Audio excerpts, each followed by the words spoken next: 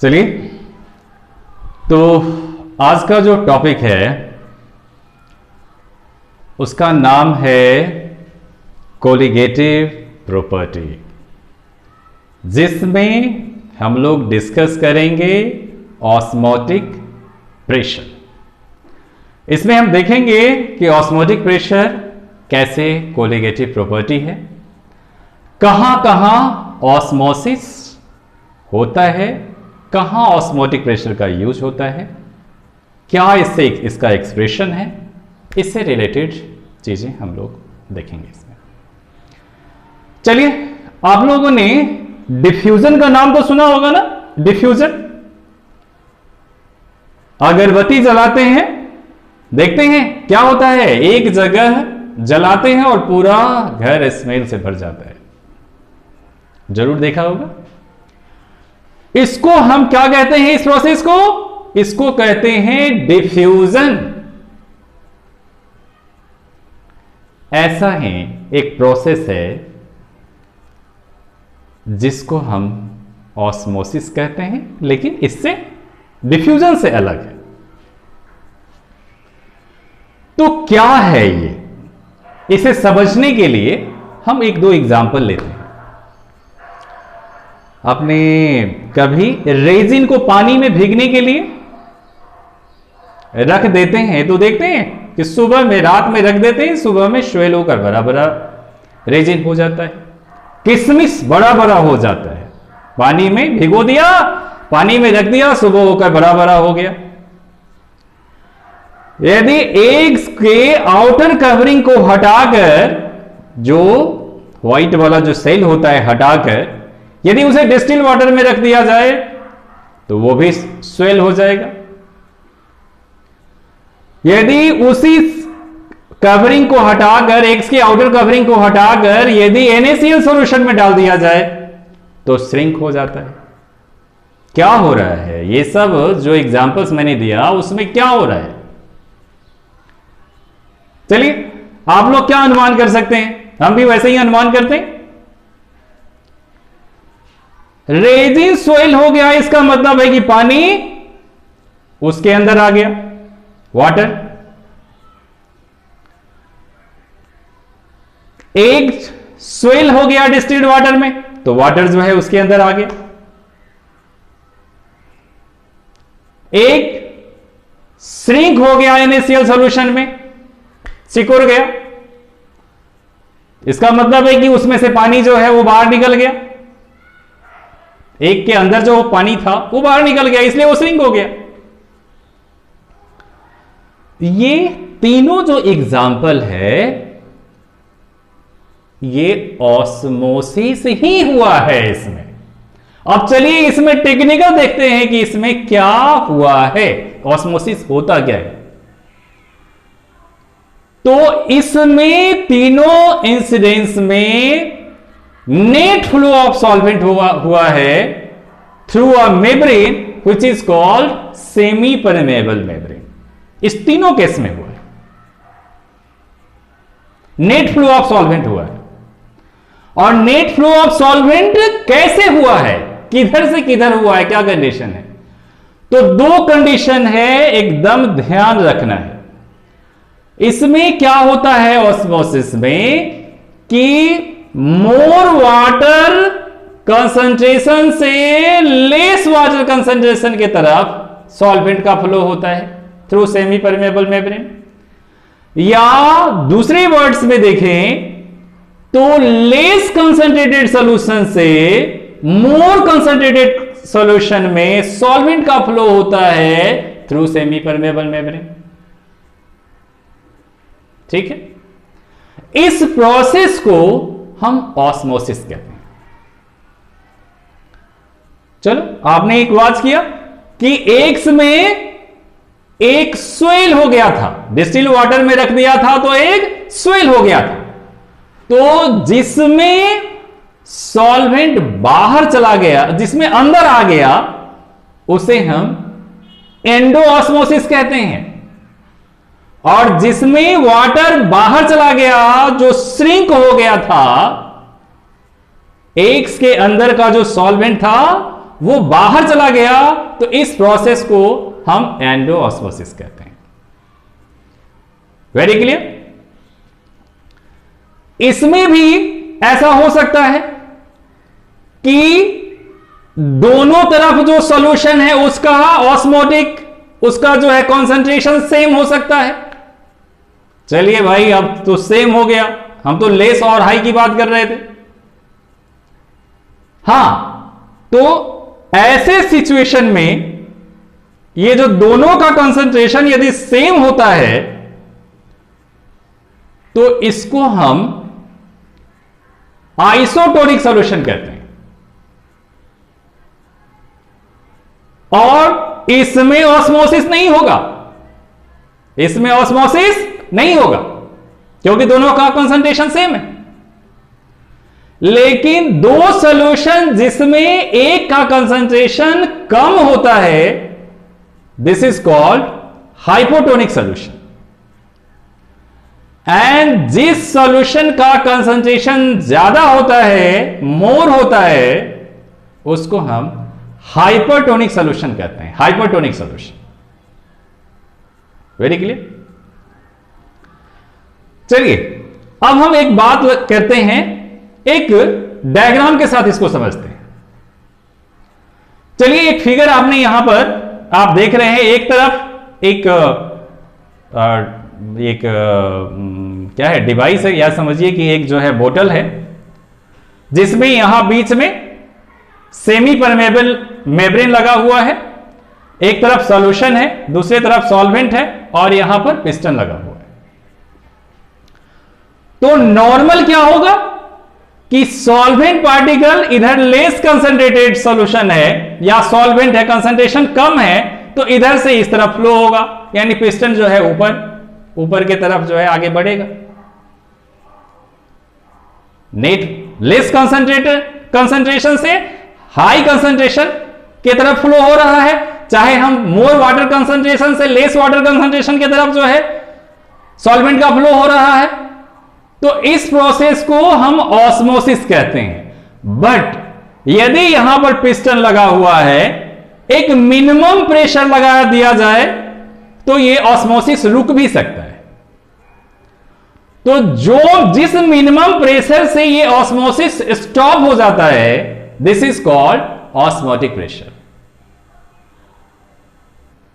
When we will define what is osmotic pressure, the minimum pressure applied to stop osmosis is called osmotic pressure। इसी को osmotic pressure कहते हैं।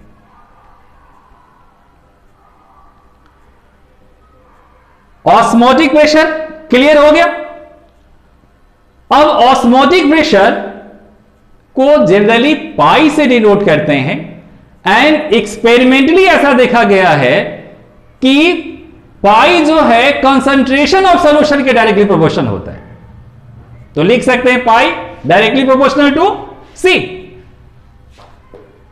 And concentration temperature के भी osmotic pressure temperature के भी directly proportional होता है। तो इस टाइप से पाई प्रोपोर्शनल टू टी भी लिख सकते हैं। इस दोनों कंडीशन को यदि कंबाइन करते हैं तो हम लिख सकते हैं pi directly proportional to C T. और यदि इस प्रोपोर्शनलिटी साइन को रिमूव करते हैं तो एक कांस्टेंट लगा देंगे, तो इस टाइप से इक्वेशन को हम पाई इक्वल टू सीआरटी भी लिख सकते हैं। आर एक प्रोपोर्शनलिटी कांस्टेंट है जी। ये जो प्रोपोर्शनलिटी कांस्टेंट है ये गैस कांस्टेंट के इक्वल होता है, ऐसा देखा गया है, ऐसा देखा गया है।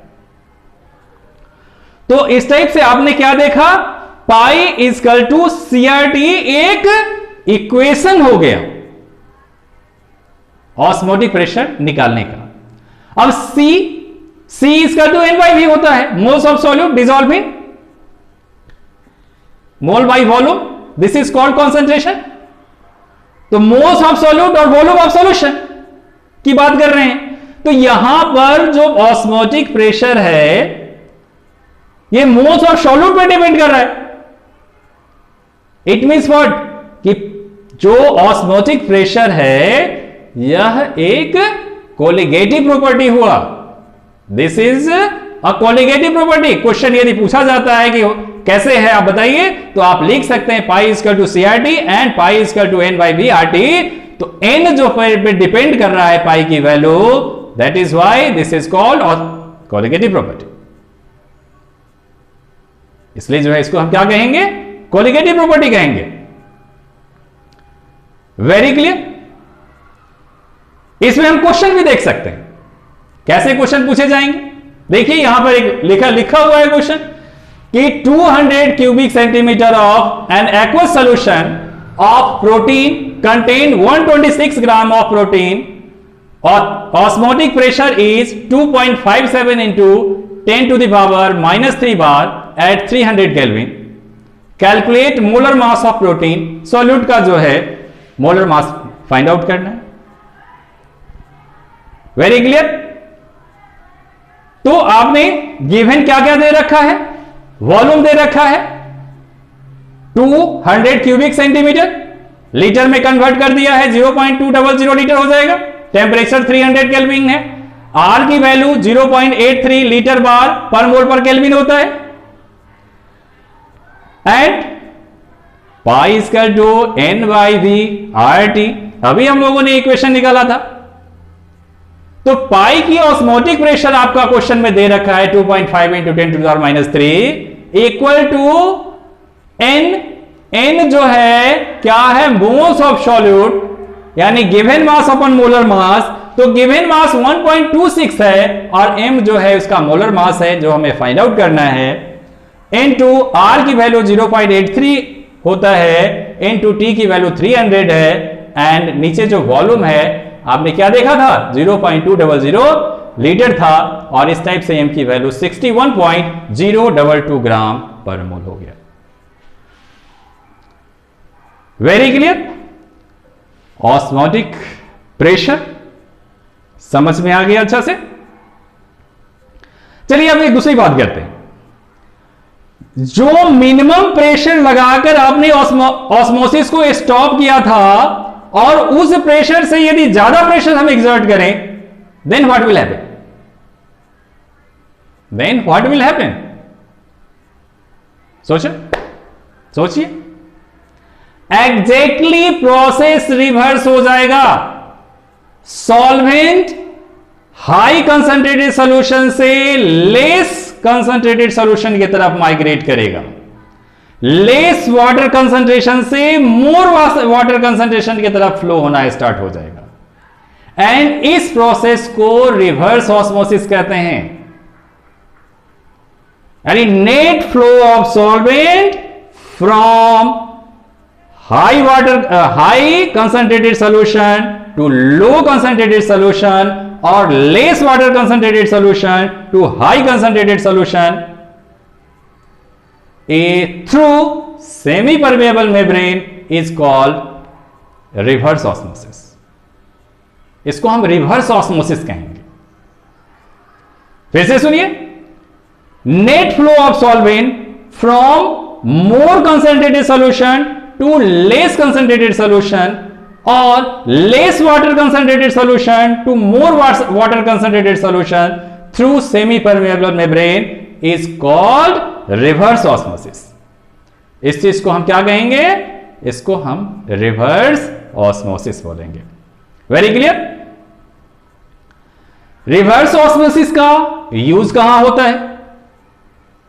रिवर्स ऑस्मोसिस यानी हमने प्रेशर जो यहां लगाया, ऑस्मोटिक प्रेशर से ज्यादा प्रेशर लगाने से रिवर्स ऑस्मोसिस हुआ है। याद रखें,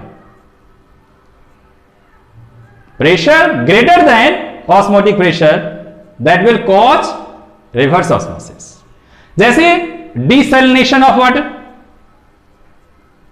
पानी में यदि सॉल्ट है उसको प्यूरिफाई करना है तो यहां रिवर्स ऑस्मोसिस होगा, उसमें से सॉल्यूट रहने देगा, सॉल्वेंट फ्लो हो जाएगा, high concentrated solution to low concentrated solution. आप आरओ देखते हैं, घरों में आरओ यूज होता है, यहां भी सेम प्रोसेस होती है, वहां भी मेम्ब्रेन लगा होता है, गंदगी सब बाहर रह जाता है और जो प्योर वाटर है वो बाहर हम लोगों को पीने के काम में आ जाता है। आप प्लांट्स का जो जर्मिनेशन होता है उसमें भी बेस्ट इसका एग्जाम्पल है, इसमें भी ऑस्मोसिस होता है, ऑस्मोसिस होता है, रिवर्स ऑस्मोसिस होता है।